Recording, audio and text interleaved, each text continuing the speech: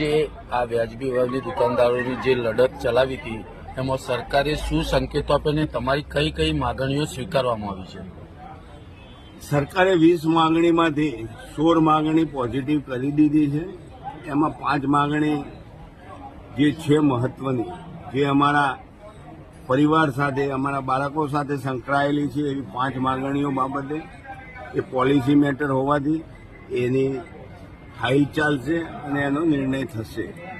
એમાં મુખ્ય માંગણી છે અમારું કમિશન ક્વિન્ટલે 300 રૂપિયા, મિનિમમ કમિશન 20,000 રૂપિયાથી 30,000 રૂપિયા કરવા.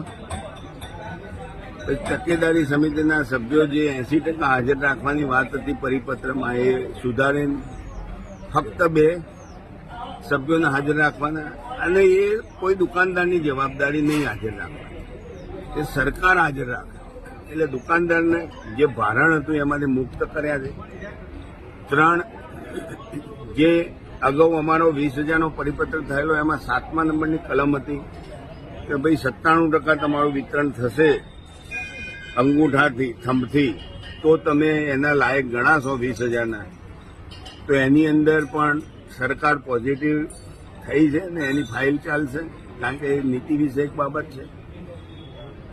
બીજું અમારું ઈ પ્રોફાઇલનો એક મહત્વનો પ્રશ્ન છે કે ઈ પ્રોફાઇલમાં દુકાનદારના થંભ વગર લોગિન થાય નહીં.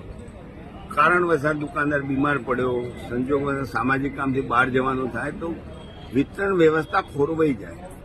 આ વાત અમે મંત્રીશ્રીને સમજાવી. આમાં અમારા દુકાનદારનો કોઈ હિત નથી, ફક્ત જનતાના હિત માટે, જનતાની વ્યવસ્થા માટેનો અમારો પ્રશ્ન છે. અને એના માટે એમને સંમતિ દર્શાવી છે કે એના માટે હું ફાઇલ મંગાવું છું અને એના ઉપર નિર્ણય આપી દઉં છું.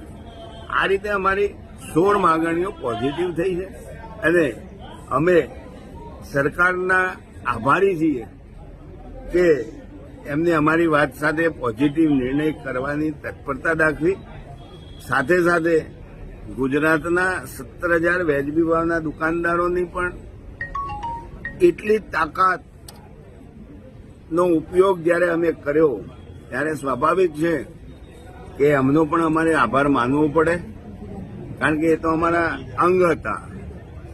જો અમારું એક અંગ ઢીલું પડી ગયું હોય ને તો અમને પેરાલિસિસ થાય તો અમે ન લડી શકીએ.